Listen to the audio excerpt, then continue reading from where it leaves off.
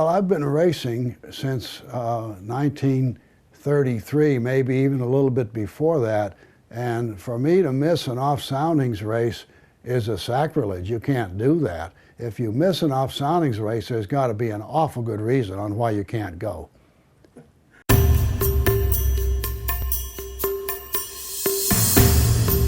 Bruce Lockwood, sailor, racer, friend.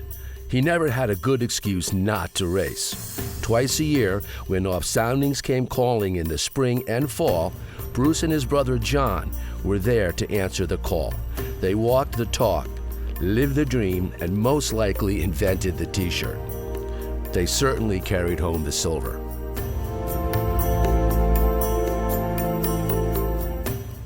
Sadly, both have raced their final race, but their passion for racing still burns in those of us who challenge Mother Nature by going down to the sea in boats.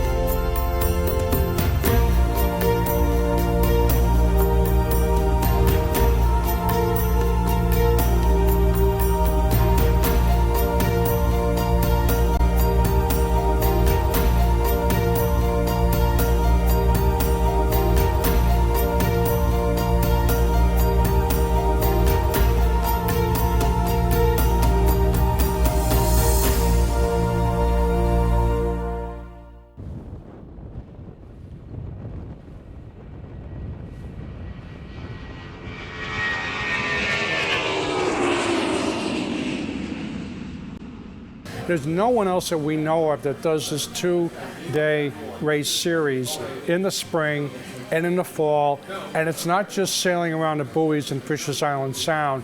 We're going to Block Island, and you explore Block Island at the same time. And when we go to the fall, you're going through the race and you're exploring a whole different territory of racing conditions. And then you begin to see that there's a lot of other people that you've seen before, and they're in the same boat. So you're never going to forget this stuff, and it just is going on and going on. And what's going to happen next year when we go to a race, and the anticipation of what's going to happen next is what makes it all go round. The venues themselves are perfect. I mean, where else are we going to go as a practical matter that would have the space, the facilities, and all the other things that we need to have to accommodate, what, 500 sailors that come on an average race? At least, something like that. That's a lot of people that you got to take care of. Not every venue has the ability to handle that. It's good waters. Most of the time it's good wind. It's always a challenge, whether it's heavy air or light air, because we always have the current to worry about. And there's that thing known as Mr. Granite that we have to worry about too. You met him? Yes, I have on occasion. To me, the appeal is it's more than going around a triangular course. There are more issues involved. There's the weather issue, there's the tides, and so there's so much more to it than knowing how to sail a boat fast. You have to know where to sail it. You've got wind, you've got current, you've got velocity, you've got direction, you've got weight, you've got numerous different sails that you can choose from. There are a lot of factors that go into making a boat go fast. Strategy, tactics, they all come into play. That's all part of the adrenaline rush. I have to say, when we go out and sail for off-soundings, we go and we know we have the best prepared boat that we can actually put out there. We know that when we go out there, the only thing that's going to screw up is us, not the boat. I think the strength of the club is that it provides events that are different from most of the other events being run in this area and by UCSA. That's one of the nice things about it. I think the challenge, and it's a challenge to sailing as a whole, is continuing to get younger people involved in the sport and seeing the benefits of being out on the water. There has been a tendency to get more extreme with some of the boats, but it also, I think all the boats that are being designed in recent years, and including the ones that you can cruise on, are generally higher performance. They're lighter. They've taken advantage of modern materials so you can have a better sailboat. It's the people. The people of the club will hold it together, whatever the boats do. And if we can ensure that the younger generation are sailing the type of boats they want, there's no reason it can't succeed. We'll always try, for as long as we're around, we'll always try to keep the other boats in front of them. But the new designs are certainly the ones that they're going to be following.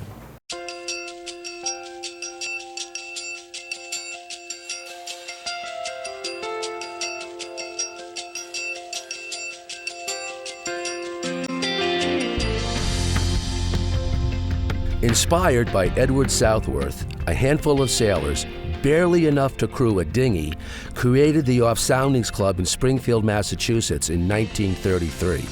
Today, the club has 500 members.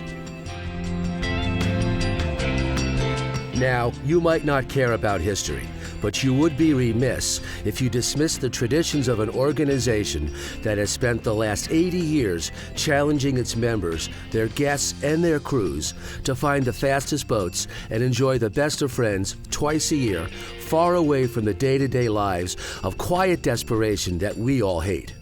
Think about this. Today, you are part of the first day of the history that will be told by generations to come. You are the mirror image of those sailors who came before you, who sit around you, and who share the race course with you. They come in all kinds of boats, and they have all levels of skills, but they, and you, we, share a common thread that separates us from the rest of the landlubbers and links us forever to the competition, the camaraderie, and the unknown. A bond that is fueled by our passion to race.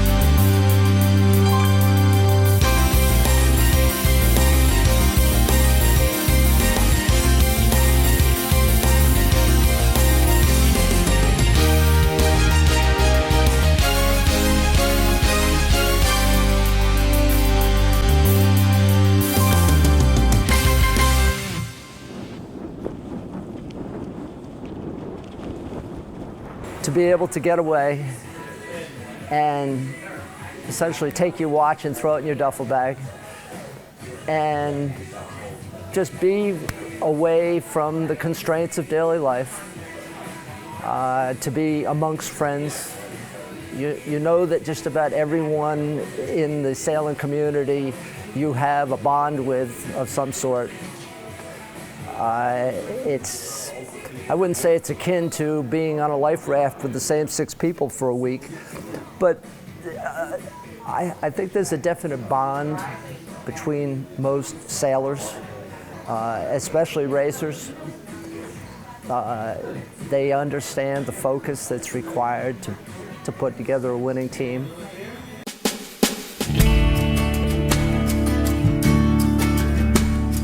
Sailboat racing, at its most simple, involves starting, hitting the shift, going fast in the right direction, rounding the correct marks, finishing, then celebrating success or failure. It's a pretty basic formula for a weekend that is out of the ordinary. In 2012, it was played out for the 75th time by the Off Soundings Club. Friday in June, where else would you rather be than in the shadow of Watch Hill, jockeying for position for the race to Block Island? The Friday race is a nice challenge because you know you have a destination. The race committee always does a nice job of trying to make sure we at least get to the island regardless of the conditions. So the course is usually set up in such a way that you know you can at least finish the race at the island even if it ends up being shortened. What happens on the island stays on the island.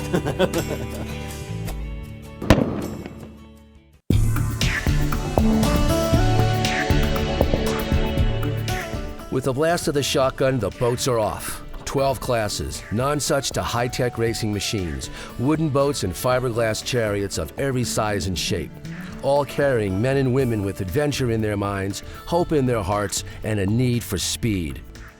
It all starts with the mating dance of the lead-bottomed money gobblers.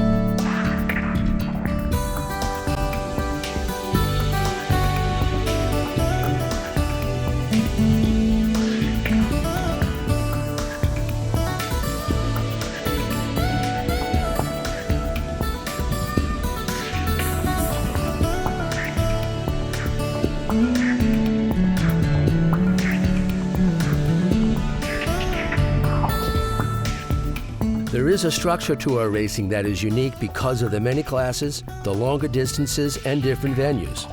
It's a race that actually still requires a navigator. Why, that looks like a dusty set of parallel rules. And an iPhone? Is he checking the chart against the phone or the phone against the chart? Today, the phones have gone smarter. Can we say the same about the Navigesser? What is that he's drinking? Liquid GPS? There are no road signs out here. Bill Donovan used to say, a good navigator earns his daily ration of rum by keeping you off the rocks. I guess if he gets you to the destination, it doesn't matter much what he's drinking. It's always a challenge. Seems like no matter how much time I leave to get from the Mystic River down to the starting area, that sometimes I'm cutting it a little close before the first start, not my start, but I like to watch the first couple classes get off the line, see what the course is that's posted, and kind of put some final thoughts on where I might want to go and how I might want to approach the race. The interesting thing is we only talk about adverse weather. If we get into a social situation, we talk about the storms we've been through. If it's blowing, if it's a 5 to 10 knot sou'wester, we don't talk about it. It was just plain old fun. Nobody got in trouble.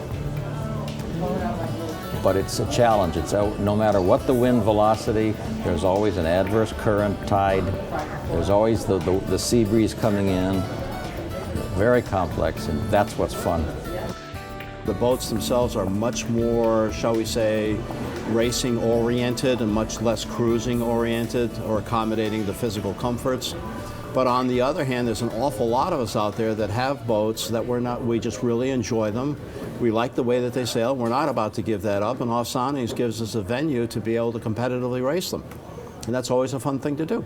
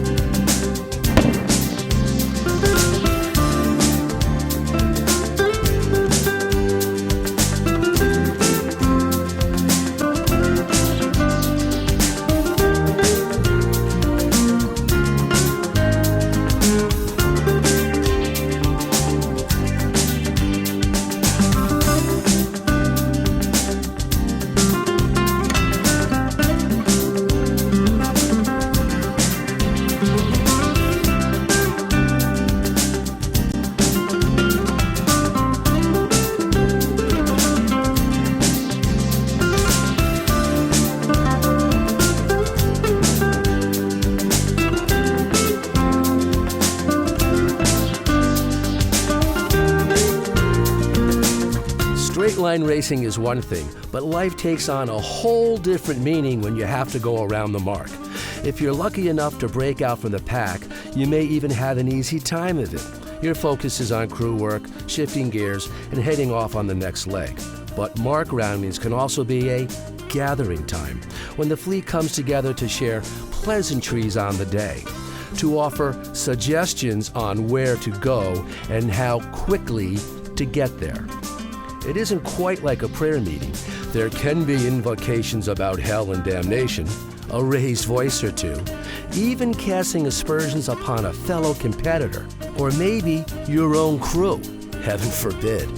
It's all part of the passion to race. People very much want to do well. I would say there's a great spirit of camaraderie that goes along with that, and being a Corinthian sailor about that. You know, we may push things a bit, but then you say, okay, no harm done, tip the hat, you owe me a drink at the bar.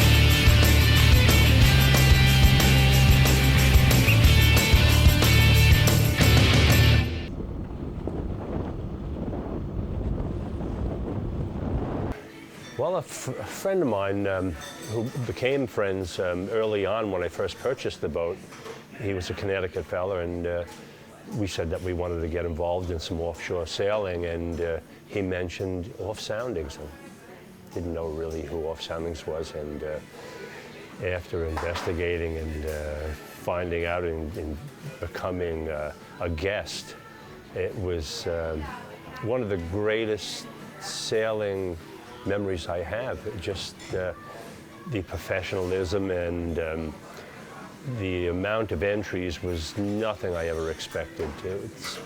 Until this day, it's just the group of sailors, the friendship, and the way it's all put together is the greatest sailing and the most fun that we have, I think, of any events on Eastern Long Island, and probably the Northeast for that matter.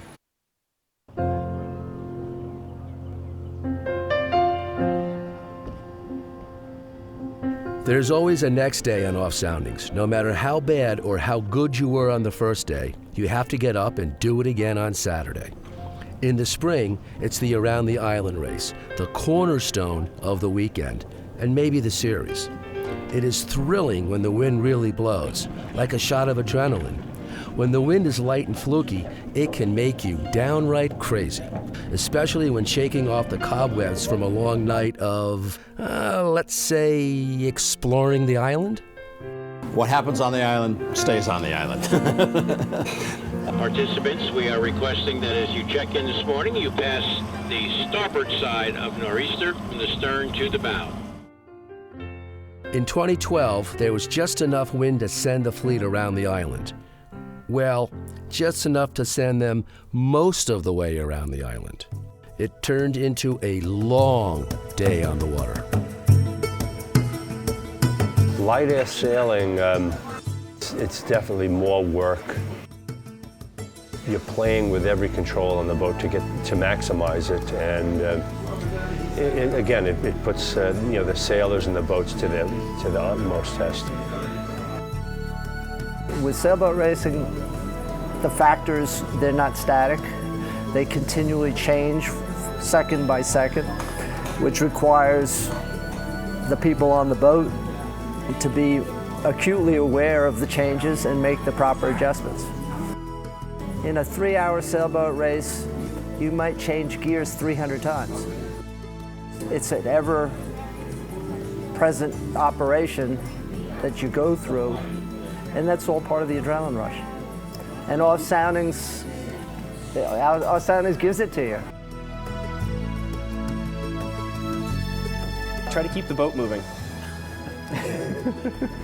Different things have worked over the years. We've been fortunate to occasionally have had some very good around the island races. Sometimes that's tacking off the beaches in front of the bluffs, seeing how close you can get before you're rock hopping. Last spring it was flying a taped seam spinnaker on a really close angle because there wasn't really any wind at all, and taking a huge jibe away from the island, basically following J109s, and then jibing back in, covering a lot of distance, but we kept the boat moving, and I guess people closer to the island weren't able to do that. So, and then sometimes it's just getting by the bluffs. If you can get through the dead spots first and get going again, then you can sometimes stretch things out a little bit. Wild Horses finally passes Euphoria on the south side of the island. Horses went on to finish first overall. Light air and adverse current slowed the boats, but still, the boat-for-boat battles raged on.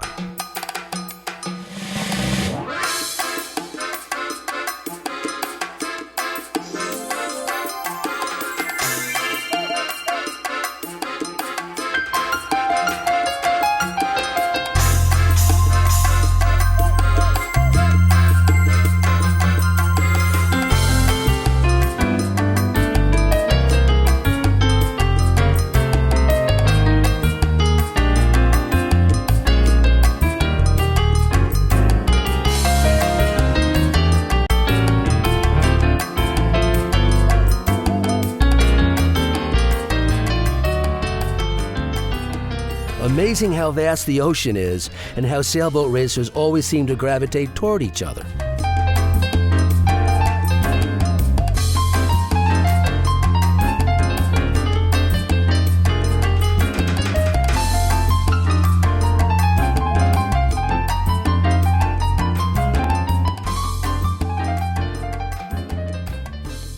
A majestic sight. They look like model boats on a pond. Too bad they really don't have fast forward buttons.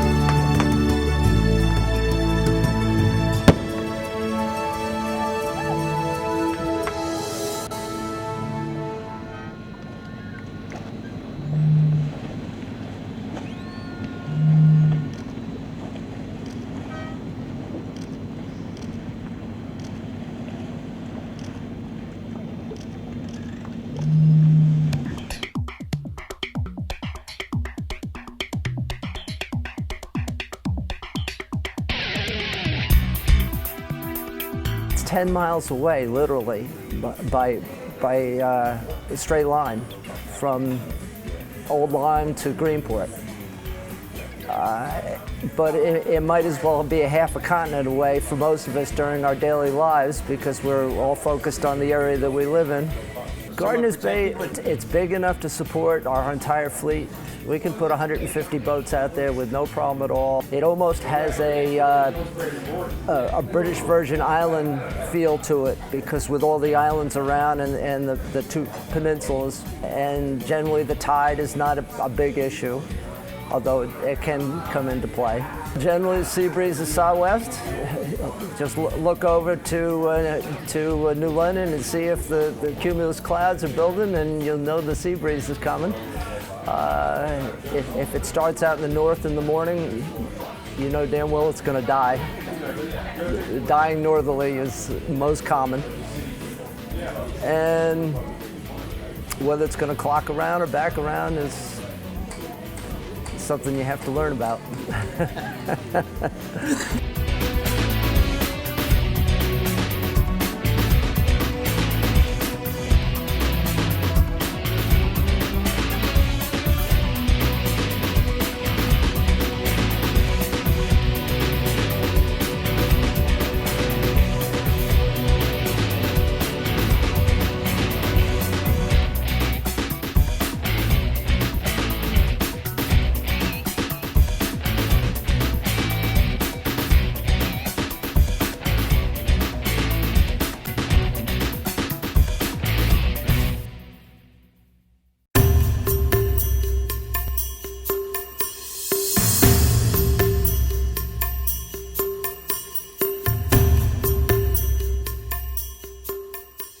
2012 was another good year. Some old friends were lost, some new friends were made, and the seeds of new stories were planted.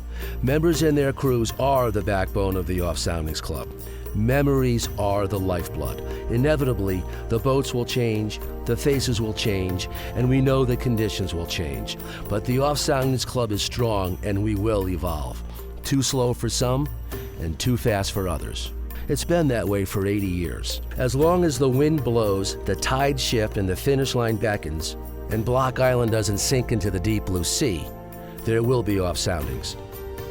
There will be a place for those with a passion to race.